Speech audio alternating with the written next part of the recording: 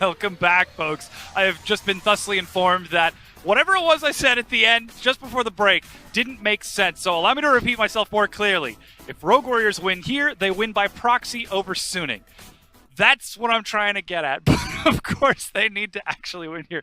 Welcome back. Joining me here, we've got Thinking Emoji Raz, trying to break down what exactly is going on. And let's actually get into what's going on in this series. Yeah, because go for it. Game 1, we saw Jingdong actually play a rather intelligent early game by baiting Rogue Warriors into fights that they couldn't take and snowballing that to an early advantage. They did suffer during the mid game, but they finally had the execution late game to close out the Game 1. And that's what Rogue Warriors have to be studying in the few minutes that they have left before they get back on stage, is that it was Jingdong constantly forcing and pulling Rogue Warriors towards them. Because Rogue Warriors, they're trying to get that free dragon. If you're Olaf, you're like, yeah, sure, you know what, give me that first dragon. It was an ocean dragon, which is actually pretty rough to get. It's a tough one. It does a lot of damage, slows you as well, so if you get caught up, then bad day for you. They really doubled down on it. They even put a control ward towards it, but they were still not going to get it. Even in that position, when we ran that first replay, that was because Jingdong pulled them towards the lane because there would have been a dragon for tower trade, and that is always a bad trade, unless if it's like an Infernal, then maybe you're fine with that. But it was just a great early game from Jingdong, and if you're Rogue Warriors, you don't want to find yourself in that same position. Yeah, and in the play just after that, after Jingdong had already won the fight, they had already lane swapped to the other side. Yeah. That's where we saw the Dragon take. That's where we saw the Rift Herald trade. Still some things that we can look for Jingdong to improve as well. The use of that Rift Herald wasn't particularly successful. It did just get a single half-health charge onto the mid-tier 2, but they've already got the momentum in this series. We've talked about how Loken is an emotional player. Jingdong is starting to turn into a bit of an emotional team, playing up against the already very emotional Rogue Warriors. And that's always lovely to have both of these teams in that kind of a mindset in a best of 3. It only gets better in a best of 5. So Rogue Warriors, I mean, take no best of, or at least their second place in their playoff bracket. And if Jingdong can take the victory here, I wonder how a playoff would look for Jingdong, how a best of 5 would look for Jingdong. Those are all questions. I mean, maybe not even be answered if they lose to Rogue Warriors here tonight, but they're already off in a good start. Yeah, they certainly are. Of course, still need to close out the series. Yeah. It's one more Nexus explosion for these two teams. So the first thing I want to see here, Rogue Warriors have a better 2v2 in the mid lane. I like the Olaf, sure. I don't like the Cassiopeia when you know you're going into the Orianna. It's just a bad counter pick, or at least, I guess, a counter pick. Pick something that's proper here. I mentioned the Azir. Maybe Galio, if that's something that, sure, they banned in Game 1, but can leave open. Can leave a few more mid laners open depending on Doinby's pool here. So, yeah, we do have confirmation. Rogue Warriors are on blue side coming into this next set. And traditionally, counterpick isn't often saved for Doinby because he does have such a very large champion pool. It is often convenient for him to be able to pick something early and have the rest of the team flex around that for their own comfort and safety in lanes. But they now find themselves on blue side. They have a chance to potentially try to set the momentum with this draft if they try to pick for Doinby early. Yeah, the momentum is, of course, picking for Doinby early for the Galio, or, of course, take away the Xayah Rakan, which demolished them in level 1. Yeah. That's the thing that they can do. They played pretty poorly level 1 for themselves when they had the Caitlyn Morgana. Maybe it's SMLZ deciding to take the pick his own. So we'll have to see the first pick in Game 2. Yeah, well, we're certainly about to find out. Our casters are now ready to get us into this Game 2. Gentlemen, are Jingdong going to take us to playoffs? Let's find out. So they are going to be able to find out if JD can make it into playoffs, because this is match point for them now. A win here would send them to playoffs. A win here for Rogue Warriors sends them to game number 3, which means they still have another chance even if they drop this match. Must-win game for JD. Rogue Warriors on the back foot on 3 set defeats in a row. Need to try and find some form coming into the playoffs. Right now, they look like a hot mess with a lot of potential. And this is unfortunate because that's what Rogue Warriors felt like at the start of the split. A team that has a lot of potential, but they were a new side. And we're starting to see that exact same problem leak back through. Which is really scary because, again, this is a team with a unique playstyle. It could just be teams starting to download them a little bit and understand how they play around Summoner's Rift. Getting onto Summoner's Rift, though, the analyst has already touched on it. Blue side pick coming out from Rogue Warriors in match number 2. They're going to have first pick here. Excuse my hiccups. That's Camille, Galio, as well as Swain. They're going to be banned up by Rogue Warriors. Zion's going to be locked in here. Rise, Tom, Catch, and Zion, the 3 bans that come out to JD. This is great because he's trying to talk through hiccups. Anyway, we've got the first pick of a Sion here from Rogue Warriors. They are on our blue side. They have selected the blue side this time around, which gives the counter pick to JD. Yagao is someone that would love himself some counter picks, but also some late rotations towards the AD carry position.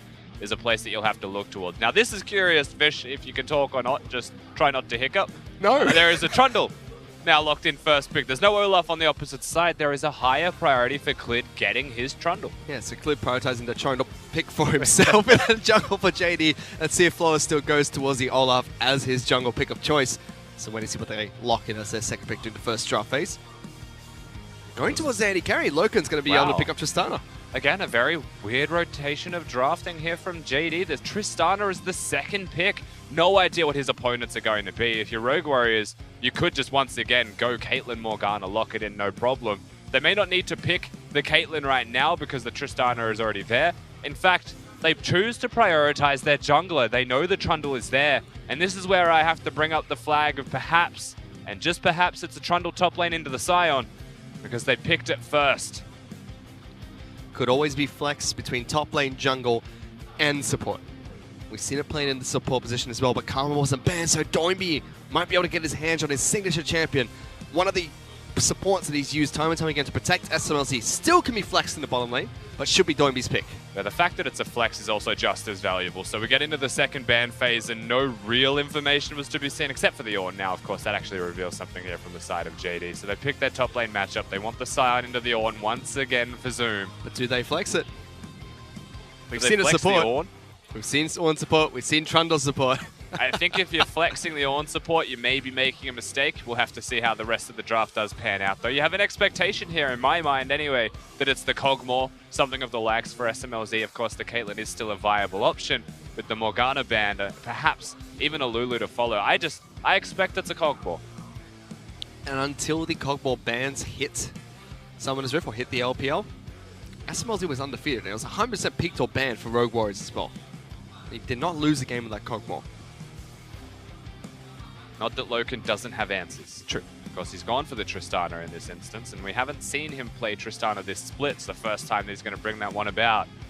Now we get an opportunity to see what JD want to pick in, and if it's a support that they want to put a higher priority on first here over their mid laner, which is what you would expect. Their mid laner still does need a hint of damage, however, to round out their composition. They ban out supports. Morgana as well as Braum being banned by JD. As Rogue Warriors are targeting that mid lane pool. Yeah, if you're banning supports, you should be picking your support fourth. It's actually matched by RW here. Yeah, going towards the alley. Huh. So they pivot after the Azir ban, banning out one more support for themselves. Thresh is good. That would lock in where all the picks are going to go, leaving Yakal the final pick for mid lane. Lumal's got a bunch of champions that he's able to play. He played Blitzcrank last week as well. He knows what he's about when it comes to the support role. This is the other role that I would be surprised they do lock this one in fourth, though. This is the champion that I would be securing. And they do.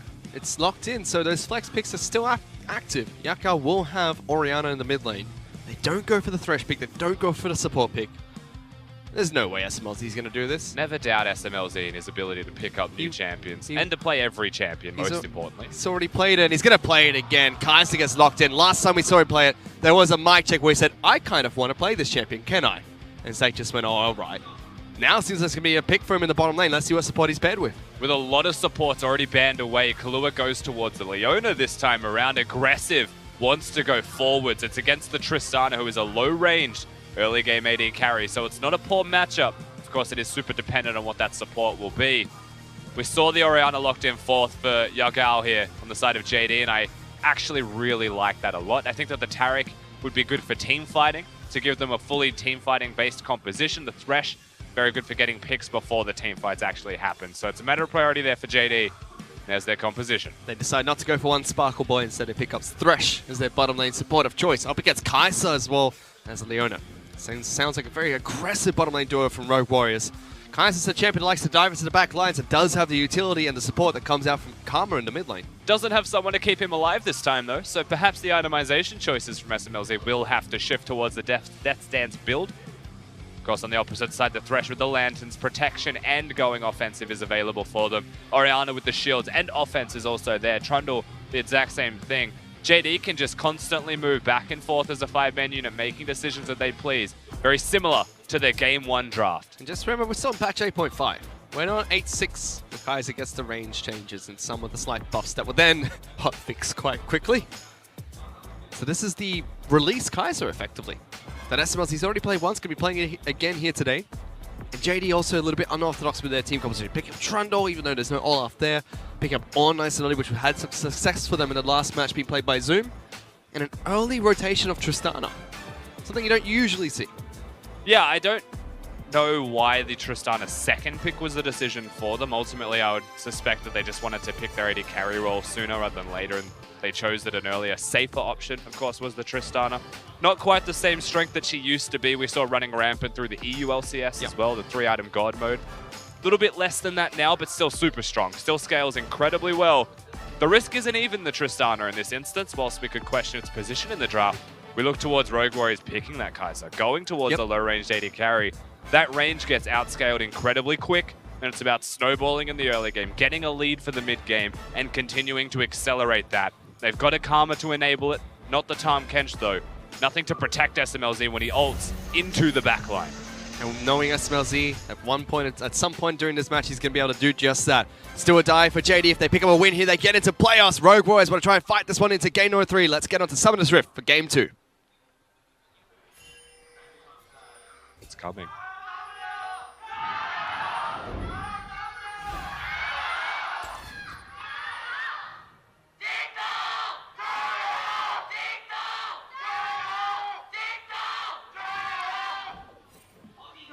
Get that man some lozenges. He is incredible. The fact that he is here every single time to yell that loudly, his consistency is... He needs some JD.com vouchers. Okay, no he doesn't. He's a manager, isn't he? Is he? Yeah. I thought he was a fan. It can be both. Potentially. Don't give that man any JD.com vouchers. He's got enough of his own. Of course, we can see the runes now as we are into the Rift for the second game here between RW and Jingdong. With JD being 1-0 up, there is nothing surprising. There is no Guardian from Mao. He's actually committed to the Shockwave, and I think that's because he is against a Leona. He wants to stand in the front line. Traditionally, this matchup works in a very simple way. You play Thresh into Leona because when she presses the E and tries to go forwards, you flay her out of it. And then she's only close to you, not your AD carry. So perhaps the Shockwave works for exactly that. You can get the crowd control off, and then you are tankier to disengage yourself. Up against Loken here, SMLZ. SMLZ went for press the attack. Fleet footwork being picked up by Tristana.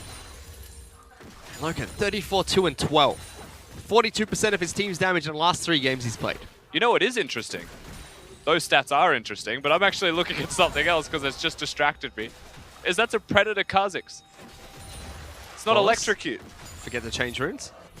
He was playing Olaf last match. But no Electrocute coming out from Flawless. Normally you want Electrocute. The goal of a Kha'Zix tends to be assassinate someone and your job's done. Well, now he may be able to just run fast. It's not too bad at level 6. It does give you some assassination potential. It does give you that first damage buff. Of course. And again, the reason I say it may not be bad at level 6 is because you can evolve your R, you can be invisible, and you can sprint at them a little bit faster. But wouldn't they know then? They know you're coming. You're not really invisible if there's this giant alarm sounded above them and a Predator symbol visible. Well, here are the runes coming out from SMLZ in the bottom lane. Press the attack being picked up has Gathering Storm as well as Absolute Focus. Yeah. Oh, Liamao, no! Not cover your eyes, not like this. You saw nothing. No, seriously, wow. That's not the way to start a game. That's not the way to start a level 2 all-in with your jungle in here by Clint. I don't know if he was spotted. He was trying to flash forward and then put his cursor behind him to flay. But he didn't hit the flash before moving his cursor. Unlucky. You hate to see it.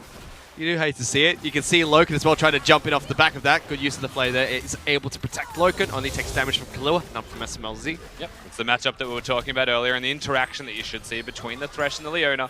The Tristana and the Kai'Sa, though, if everyone's focusing Kahlua and Lumao is using all of his spells on Kahlua, that actually does mean that SMLZ is free to hit the entire time, so could be something that tips the balance towards Rogue Warriors in that 2v2. Especially knowing now that the Thresh doesn't have a flash, is always going to play a factor into that aggression they can put down, and perhaps one time they fake that they're going for Loken. Instead, they commit themselves to Mao. It's an aftershock Leona as well, so Kahlua jumps in as long as he tags one person with crowd control. You're not going to deal too much damage to Leona when that shield is active. Checking with the mid lane though, Doinby has got his champion of Karma, already gone back to base and picked up a tier for himself. Both mid laners running the minion dematerializer, which is quite important for this matchup. They both want to shove in and reset the waves as often as they can. There is a Kha'Zix going bot lane with Predator available, and he has rushed boots. There is no Krugs to take. There is a ward in the river, though, that may spot him, so he's going to have to act quickly if he reveals himself, and he does. There's no flash on Lumao. There's a control ward there, so it may not be the attempt on a gank. No. Also does not use his Predator active there. But there are still pings in the bottom lane. Meanwhile, Clid's looking to try and see if he can make his way towards top side of that. Mouse is going to get a ward inside the river. Good respect from Mouse, but that is not a very deep ward. No. A Trundle can walk past that and use the pillar to keep you close. If they find the engage, if Zoom is able to get in range, and here comes Flawless. He's cleared some jungle camps, and he's back. W from Kaiser misses though. He's not able to get the slow and the extra damage down, but top lane is where the first action takes place. Clid goes for the gank against Mouse, slows him down with the chomp. He does have flash available. Press the attack is active, does flash away towards his turret there.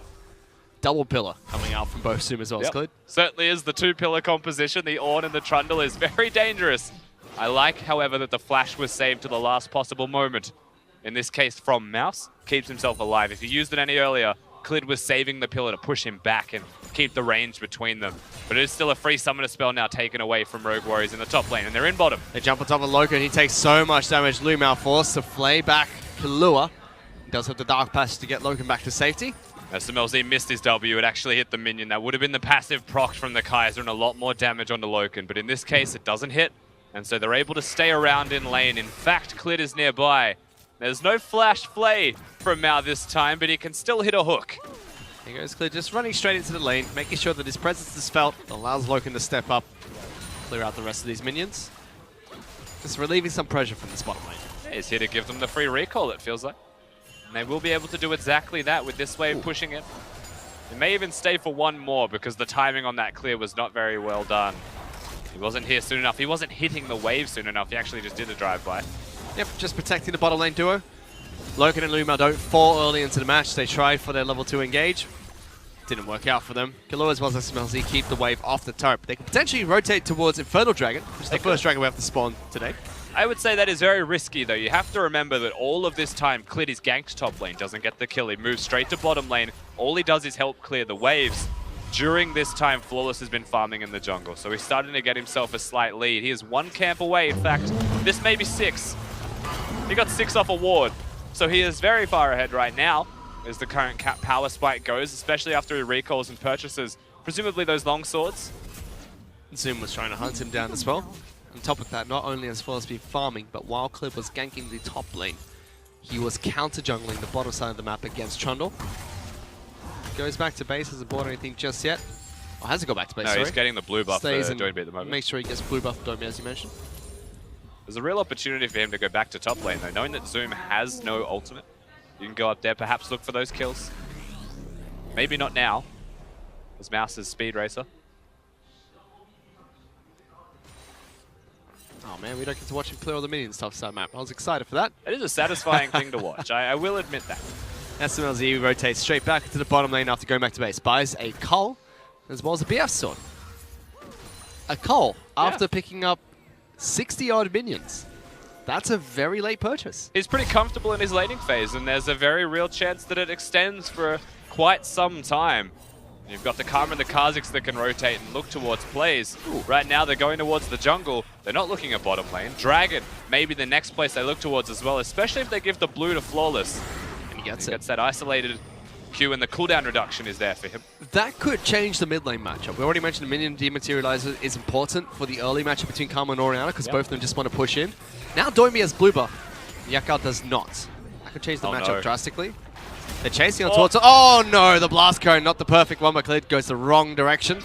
Flawless uses his ultimate, gets back to safety nice and easy. Yeah, Flawless wins the 50-50 battle there. He gets himself out okay. I like the idea from Loken. Actually knocks him next to Clid. There was no immediate disengage, but RW are around the corner. They know exactly where Clid is. They found Clid. Predator is there. Doinby's forced to flash over the wall. Forces the flash away by Clid.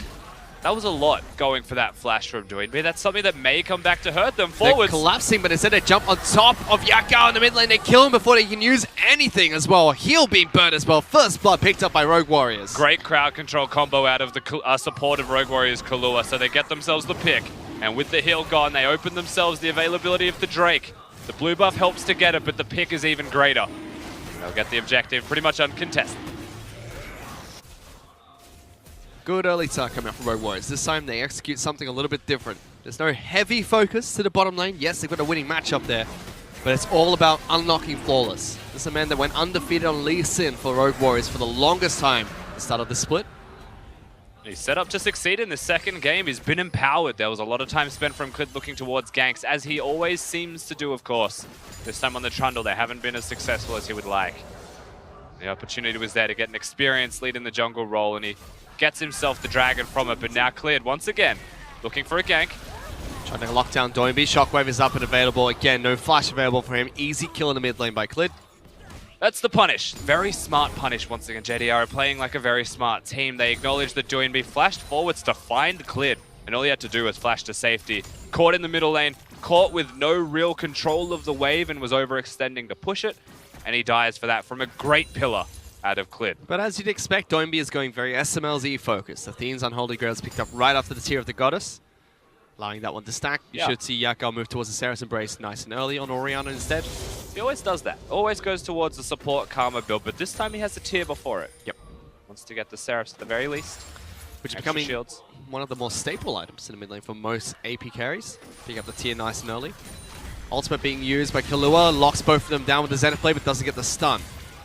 And the ultimate only slot is Bubba Flawless is able to sneak in here. He's invisible, gets damage at the Loken. He's able to jump away. Lumao trying to reinitiate with a hook himself. The damage was worth it. They can pressure bottom lane now, whether it's a dive or not. Doinby actually rotating means that it is a dive, but they're attempting to pressure. That pushes JD away. The early game has gone so much better for Rogue Warriors in this second game. Certainly has. They get damage to the bottom lane out of turret.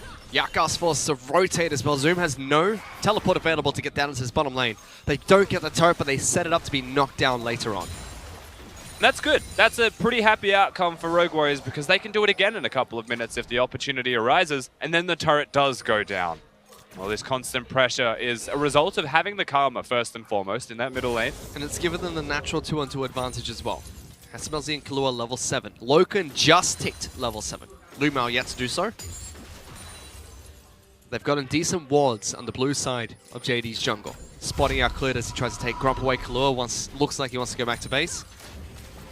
We're not going to see the Death Dance build coming out from SMLZ just yet either. As we mentioned earlier, he went for the very late call at 60 CS and a BF sword to pick up to match the one that was picked up by Loken. Sounds like he's trying to scale, get himself towards the Essence Reaver build perhaps and go all in on the crit.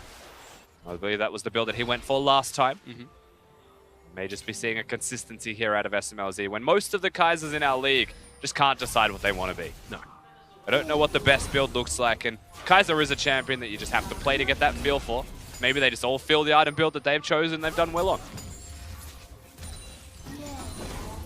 Again, it's the unbuffed Kaiser as well. Still old Rageblade though, which is the one that they've preferably gone towards. During this time, Lumao's gone back to base. It means Loken is left here alone. Predator's Karma's being in used. this time as well if they wanted to. But Flawless is able to walk away. They don't overcommit here, Rogue Warriors. That should be a turret being taken down. The only reason that it may not be was a good ward placed by Jingdong in the river there to spot Doinby and Flawless going back towards mid lane. Their gal's going to try and push forwards and get vision as well. By doing so, they're able to step up. They defend the turret. It's just a stone's throw away from going down now. They might have caught out Kahlua here. Some damage comes out. Aftershock keeps Kahlua nice and healthy. Good pillar. As well as a shockwave is going to lock him down even further. Gets a shield from Doinby, not going to be enough. Lumao gets the kill. Every time they've got a kill now, it's the second kill in the game from JD. Has been on the back of a crisp pillar out of Clid. He's been doing fantastic work right now.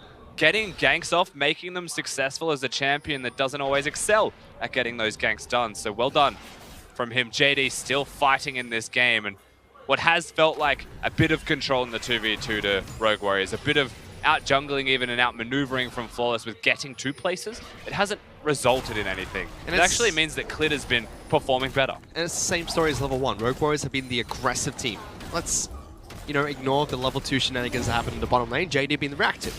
Allowing Rogue Warriors to rotate around map, get their vision control, and then they react to the plays they make. They got the kill in the mid lane. He was able to spot out Kahlua with the rotation as well. Keeps the game even and allows players like Loken, who have had fantastic back-to-back games, to continue scaling up in a champion like Tristana.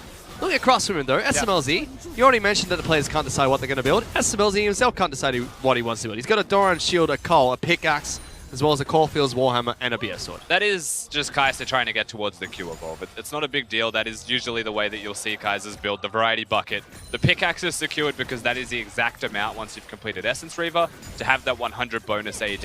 Evolves the Q and is usually set up to maximize his damage output at that spike. So it's not about having a one-item spike as Kaiser. It's about having a 100 AD spike when you get the one item plus some. It's like Essence Reaver with Zeal. Usually, you don't, Essence Reaver is good, but having the Zeal makes it better because it gives extra CDR. This is the Kaiser version. But again, Rogue Warriors moving towards Kaiser's lane, allow SMLZ to become unlocked. And he pushes further forward, picks up a turret for himself. Like you said, looking towards that 180, that solo gold that he just picked up should be able to help him out. His color's almost complete as well. Picked it up at 60 CS. Now there's only 8 minions left before that becomes completed. Yeah, ahead of the clock in terms of farm, as well as the mid lane from Rogue Warriors doing very well for clearing those minions, clearing those waves. They've got an Infernal Drake, so they're all too happy to sit there and continue to scale up and ramp their damage. When they hit those big item spikes, maybe the moment that you start to see further aggression out of the Rogue Warriors roster. Most importantly, though, I think the thing that stands out the most to me right now is that that bottom lane outer turret is gone. Not that they gave solo gold over, but that Kahlua is free. He now has places to be, and it's not going to be the bottom lane. It's going to be killing JD through mid lane, through using that ultimate, working with Flawless now. That duo can be very potent. It's like Kha'Zix in the jungle as well for Rogue Warriors, so Flawless has access to the dragons. Can try and take down the Cloud Dragon here. Rift Herald is online as well for the next 4 minutes. Can rotate up towards top side map to take that. No one has put any focus onto the top lane just yet. Mouse has been able to farm toe-to-toe against Zoom. No pressure coming out from either side besides the early gate that came out from Clid. Ooh, JD focusing the bottom lane again. SMLZ forced to flash away from the hook. The Summoner spell gone now from the Kaiser, very slow range champion against the Thresh. 30 CS up though, SMLZ. On top of that, goal completed. He's super fed, Very far ahead. but he needs to shop. They're Now still going. Jumping on top of... Oh no, that's disastrous for Luma. Takes so much damage. Has a stopwatch again. Loken tries to push forward on top of SMLZ. Dark Push is there to try and get him back to safety. Blitz nearby, they've baited them in. He's trying to jump back to the back line. Teleport's coming as well. Mouse is the first one to be here, looking to try and collapse for the team. Hooker's on, locks down Kahlua. Zoom's going to join the fight as well. SMLZ is being chased down. Can the core of the Forge God connect? It does not, but Clint gets the one-on-one kill. Shockwave is good at the backlines. Luma this time finds his flash button, goes forward. Loken gets the resets. What a massive team fight for JDG. Things start so well once again for Rogue Warriors, but Jingdong hit it home even harder. The bowling alley is set up. Zoom gets into the fight, and now they push forwards, get themselves the turret down in this bottom lane, equalize the structures taken, but because they get the team fight, they get the kills. They've set up Loken to continue being a monster carry for his side. The same story as game one, Rusty. Rogue Warriors are the aggressors. They're setting up for the plays. They're proactive throughout the early game. They got SMLZ ahead, and JD, they are patient, and they wait for the right time to strike, and that was this fight. SMLZ still hadn't recalled after he got all of the money that he secured for himself. So the fight happens. Note that his damage isn't the highest it could possibly be. Kahlua has got nothing left. They nicely dodged their way out of Mouse's ultimate here, Jingdong. And then the teleport comes in from Zoom. And from this point, Clid is such a large threat onto SMLZ. Had no flash from the fight that happened 2 minutes earlier. But is able to secure the rest of this. The shockwave, the flash play. Jingdong looked very clean. The lead up from Yakgal as well was perfect to watch. He was being chased down by Doinby. Flawless was right behind him as well. He was able to escape, flash away, use the summoners at the right time, stay alive, and set up for that fantastic shockwave for the last two members from Rogue Warriors who were trying to collapse in that play. Yagal's hitting the shockwaves once again. He's looked like one of the cleaner Orianas that we've seen so far. The fact that the fight was disjointed was a blessing for JD in the end, but more so what led up to it. The fact that SMLZ had no flash, the fact that they were able to get in, they dodged the Scion ultimate, these little details, the fact they're able to use the stopwatch from Lumao as well to buy so much time, gets them the team fight win. Yakal's taking a bit of damage here, being caught up by Flawless as well as Doinby, taking their time, but Flawless eventually gets that kill, isolated target. Now Rogue Warriors going to try and collapse towards top side of the map. They've gone on top of Lumao, doesn't have his flash available, trying to stay alive, taking a lot of damage from SMLZ, charging the backlines, gets one kill for himself. Mouse charging as well. Loken gets over the backline, slowed down by Mouse. Clid's now stuck underneath his own turret. SMLZ is not taking any aggro, so he's able to get another kill for himself. Flawless finds access to the backlines. Loken's in trouble, gets taken down. Rogue Warriors fight back. They get 4 picks for themselves. Once again, you get the lead, but Rogue Warriors bounce back this time even stronger. The assassination onto the middle lane, the translation of that towards the top lane. Further kills to be secured. The map now opens for them. Something that perhaps should not have happened from JD does, and this time around it does go in the favor of Rogue Warriors, and they continue to scale. 3,000 gold up. They're looking to try and take a Rift Tail from himself. And SMLZ is huge, 2-1-0, but he's 205 CS, still 170 picked up by Loken with a cold complete. There's a very consistent impact right now in all of the fights if he's able to output the damage. Going back, getting the items that he did means a lot for his damage output, but more importantly, Flawless was assassinating, playing those team fights very well, getting the picks before it expertly, utilizing Doinby's Karma for move speed. They play that one out brilliantly. He's got the Predator active, Rusty. He's going for Moby Boots. We've already seen how fast he can move around the map on this Kha'Zix, especially with his ultimate upgraded and available. No, that's gone. Oh no. I think they forgot what time it was. 20 minutes on the Baron clock. It lasts until 1955, I believe, when you're actually aggroing the Herald. It's 1945 if you're not. But it's going to go down regardless. We get to see the fight here. Super fast. Speed Racer Flawless gets in, saves the jump for as long as possible as well. The Shockwave was there. So he respects the Shockwave and then just jumps in, gives no counterplay. Now Mao is caught out of position. No stopwatch this time around. And no backup, no cavalry from an Ornn who has to be farming in the middle lane. Though they lose this fight. Very simple from Rogue Warriors to follow it through. Get that dive done, and Flawless once again finds the next target to assassinate. Karma constantly speeding him up, constantly shielding him. Well done. You're playing the 2-on-2 nicely. Now Rogue Warriors are in the position that JD were 20 minutes of the match in the last game. 3,000 gold ahead. They're on the blue side. They're able to set up vision control over this red buff against JDG. And utilize Flawless and Kha'Zix, the invisibility he has, and the Predator that he has as well. Find these picks and potentially take Baron buff. Doesn't make the follow-up of this any easier, however, for Rogue Warriors. Their composition still needs to execute well to find success. They are against a simple-to-execute composition out of Jingdong with the Orianna Shockwave, with the Ornn ultimate as well. You can't just hit the Baron. The Karma shields are very important. Doinby has to be alive. And Kahlua needs to hit the spells to actually engage for them too. They're a fragile composition as their damage goes. That's what you have to look towards. If the Shockwave hits, it will damage those carries. Plenty of shielding will be coming up from Doinby as well. With the Athenes, has the potential to heal up his allies too. Loka's at a tough spot at the moment. Sitting on his Ninja Tab, he's trying to deny the damage that will come out from both Flawless as well as SMLZ. Yet to complete his Infinity Edge. Whereas for the side of SMLZ, Essence Reaver is complete. Has the Hurricane as well. So even though he's low range, if he gets into the backline, he's going to be dealing damage to multiple targets with his Q, as well as the Hurricane procs and his passive. They go once again, looking at bottom in the Dragon this time with the third Drake and the second Cloud Drake if Rogue Warriors commit to it, and they should. Nothing's really going to stop them from doing so.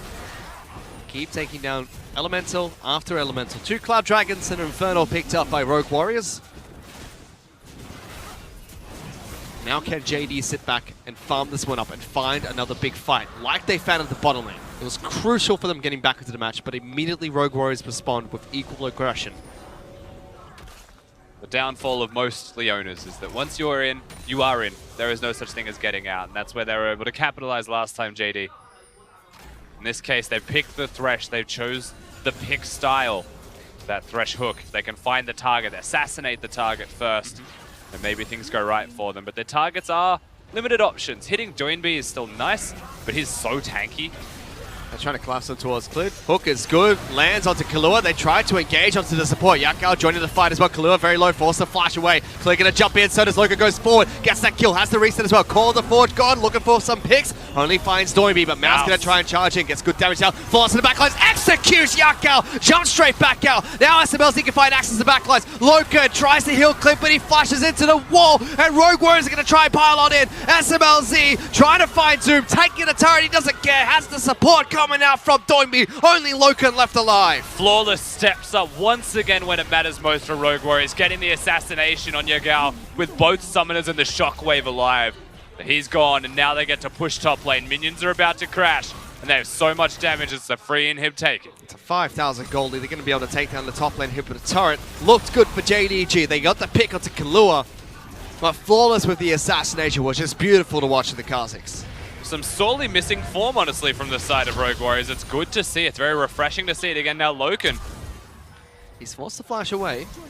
Jump wasn't used there. Now uses the jump, but buffers it at the correct time. Does get stunned, but it's after he completes the jump. Yeah, that stun did connect. Rogue Warriors able to defend their middle lane out of turret even. Not even a trade of gold available for JD at all. They just lose outright in every possible way. They have to recall, get some items, but Rogue Warriors will be significantly stronger now. 6,000 gold and a lot of damage still able to be applied towards that Baron. It's a very delicate dance to try and execute on if you're JD. They can get assassinated at any moment. Look, 6,000 gold. And look where it's all being funneled. SMLZ, 270 CS. Infinity Edge, Hurricane, and Essence Reaver with Brutes being completed. On top of that, he's got an Athenes and an Arn at the center. Picked up by Doinby in the mid lane. Kalua's gone for Zeke's as well. They are trying to make sure that SMLZ can carry these fights. And he's not the only one dealing damage. Even Flawless can jump into these fights like he did in the last one and get those assassinations. Yeah, he may not be the only one dealing damage, but the damage he is dealing is unreal. He is going to be destroying everybody's health bars pretty much by himself. Flawless has a job, and that is keep Yagao busy. Even if Flawless dies in the following team fights, if it requires summoner spells out of the Orianna, even the Shockwave, then the rest of the team fight should still be a success from Rogue Warriors. That's the name of the game here. They've kicked off the Baron too, and it's already chugged low. Dies so quickly. Flawless though. Oh my god. He might have found Yakao. Gets into the back lines. Loka's going to try and jump away. Yakao's still alive, but SMLZ dies into the back lines. Knocked back by Yakao. Loka's going to try and come into this fight as well. SMLZ still waiting. Finds Lumao. Gets that first pick. Good damage on towards him, but it's not going to be enough. Rogue Warriors have won this fight with a double kill being picked up by SMLZ. And once again, Flawless goes in, forces the summoner spells and the Shockwave and just jumps out to safety. Doesn't even need to trade his own life. SMLZ confident in the skills of his jungler, ults forwards, wants to assist that and does so successfully. They get themselves the kills, they get the Baron, and they get out with everybody alive. The only trade from Jingdong is Clid getting that outer turret in mid lane. Where was this Rogue Warriors for the past 3 series? This is much like when they were in dominant form throughout the middle part of Cross Conference, where they swept every single team from the western side. Well, let me ask you a question, Fish. What was missing in the past 3 weeks that is currently here as to where it has been going? I don't know, you tell me. I'd say Flawless has existed. Doinby's got the Karma as well, but Mouse is not dying in the top lane too. But ultimately, we watch this fight one more time. Flawless does the damage, jumps away. Shockwave misses. SMLZ's in as well. He trusts wholly. And Mouse, Kalua, and Doinby, they are unkillable as a trio. So they're just going to stand there and deliver until the next round of crowd control, where SMLZ is able to step up. It's an awkward team fight if the gold was even, but it wasn't. They were ahead, they were able to push their advantage. QSS gets picked up by SMLZ, so he's going to be able to continue diving into those back lines as he has in the last 2 fights. Has his team to protect him.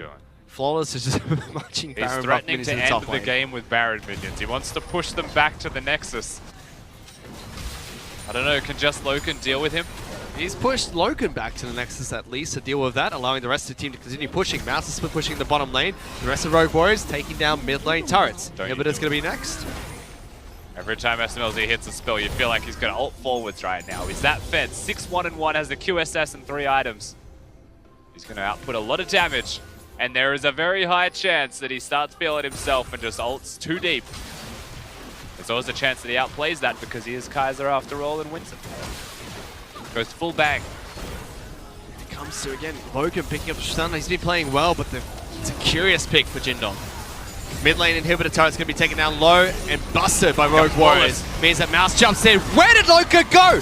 He just gets executed, cleaned off the Summoner's Rift. 2 kills already being picked up. SMLZ stopping JD from getting back to their fountain. Mouse even flashing forward. They've been able to do it here. That should tie up the series. There's no hope for Jingdong. All 5 dead. The game will end eventually. They have to get the inhibitor first, and they have to get the minions to come in with them. The Rogue Warriors, they've actually done it. They've won themselves a game. And they do take us to a game 3. JD had some signs of life. They're able to take down 4 members of Rogue Warriors, but that's about it. There was all the Rogue Warriors show after that. They tie up the series, and JD only have 1 more chance to make it to playoffs. It's bittersweet for Jingdong, being 1-1 in a series and finally seeing Rogue Warriors with some form. Not today, you'd be hoping if you were JD. Remove that form immediately. But it is a pleasure to actually watch Rogue Warriors when they know what they're doing. All smiles once again, except for him. He smiles internally. You don't get to see it. I don't even think he smiles internally, Rusty. He never smiles. He's happy. That's happy SMLZ. Look at him. How is that happy? That's a happy Doinby. How is that a happy SMLZ? Well, He doesn't look like a sad SMLZ, does he? He looks like a sad SMLZ all the time, Rusty. I saw a 1 degree increase in the smirkage on the side of his face there. Give me my protractor. I'm going to check that. I don't think that checks out. But with that very decisive victory from Rogue Warriors, and it's very curious drafts coming up from JD. Picking Tristana early, going for the Trundle without seeing an Olaf. Rogue Warriors do something fancy, which is the Kaiser as well as they're in the bottom lane, and Flawless with the Predator jungle. But it was just such a messy draft phase. I think the Tristana second is something that could definitely be explored in all of the forthcoming drafts from the side of Jingdong, but for this second game, you just have to celebrate how well Rogue Warriors were actually able to play. Flawless had one of his best showings that we have seen all split long, and it's good to see that that is happening in Week 10. Joinby got his Karma. Perhaps that is something that should be banned once again from JD into the third game, but when he gets the Karma, he shows that it still needs to be banned. He commands that attention, and then SMLZ shows that not only was the first game on Kaiser, it wasn't a fluke, he's able to consistently perform that well and shows mastery of the champion. Yeah, shows that he's able to play in the bottom lane. He swaps things up a little bit different, went for press the attack this time, and they had a plan to play around SMLZ. Rogue Warriors have done this before. That was their key to success throughout the first half of the spring split, and then they kind of moved away from it. They allowed Doinby to carry a little bit more. They focus on getting kills in the bottom lane to facilitate the rest of the team, but hasn't been so focused around SMLZ, and then they bring it back in this match and they show they can still do that strategy. Yeah, but they still need to win the early game and the mid game without him. They work around him well in mid to late game when they start team fighting. In this game, their early game was better. And it's a victory in game number 2 for Rogue Warriors. That sends us to game 3. It's do or die for JDG to break down the last 2 matches. Let's send it back to the analyst desk. Thank you so much, Fish, and I gotta get this out of the way. All right, go. Another Kaisa, yes! All right, that's it. I'm killing it. I love that champion. So it's so cool. It's just so much fun to watch. Yeah, but let's move on into what actually happened in that game, because Rogue Warriors came out with a completely different game plan. And initially, while you and I were looking at the draft, we were like, "This isn't right. There's tilt going on." But it wasn't tilt at all, was it, Rez? Oh, it looked like, because it came down to that comfortableness. Bringing out the Kaisa, Leona, I was like, okay, they want to just have full control of the bottom lane skirmishes. That was fine. You go into level 1, and then you see the fact that the Kazakhs went towards Predator. I was like, wait a second. Yeah. Should be electric. Everyone else is going electric, except for going to Korea. A few SKT members, Blossom and Blank, have been going towards the Predator Kazakhs. Predator is interesting because, of course, secondary in your sorcery tree, you go towards Celerity, and you go towards Water Walking. And you get boots of mobility just through the extra bit of damage that you get, flat damage in your assassination attempts. Now you bring in Predator into the mix, and you got to see how it was able to flourish into some of the later game team fights, because that isolation damage really hurt. Especially where you can see the Karma paired up with this. Yeah. We know this is a Doinby special. It's one of his OG champions that he really made a name for himself on. And then you just add that bonus movement speed and the shield. So if the initial burst isn't enough, suddenly that becomes a deadly combo. Meanwhile, on the other side of the map, you've got Leona Kaisa, which just sets up for each other so well in fights. You can see how it was already a 20-30 CS advantage at 10-15 minutes for that bottom lane. And though the laning phase, we didn't see too much excitement, a few roaming, little bit of a skirmish down on the bottom lane. It was really when Rogue Warriors picked up on the top half of the map, and these two specifically started opening Jingdong apart. Yeah, this was the first isolation point that really started the snowball for Rogue Warriors, because it led towards another top lane fight where they had the numbers advantage. And this is when I start to look at the holistic composition of Rogue Warriors, just because you look towards Kaisa that will start to join in the later game team fights, and the Kazakhs that is so creative in how he's able to get the flanks across. And it becomes a constant.